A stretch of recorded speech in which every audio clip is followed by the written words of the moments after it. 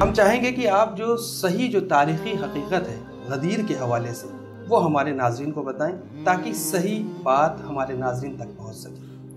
अमीरुल मोमिनीन हज़रत अली का हाथ पकड़ा और उसके बाद आपने उनको बुलंद फरमाया और वो तारीख़ी जुमला बयान किया कि जो हर जगह मौजूद है और आज भी जो है वो मोमिनीन के क़ुलूब को मसरूर कर रहा है कि मन कुन्तु मौला हो फ़हाज़ा अली मौला। ईद गदीर का दिन है, उस दिन हमें क्या करना चाहिए?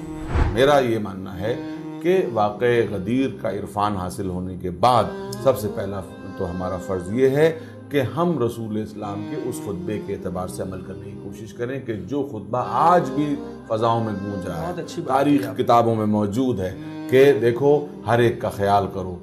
मुस्लिम उम्मत में जो है वो ऊंच नीच करने वाला जो है वो फितना परस्त है।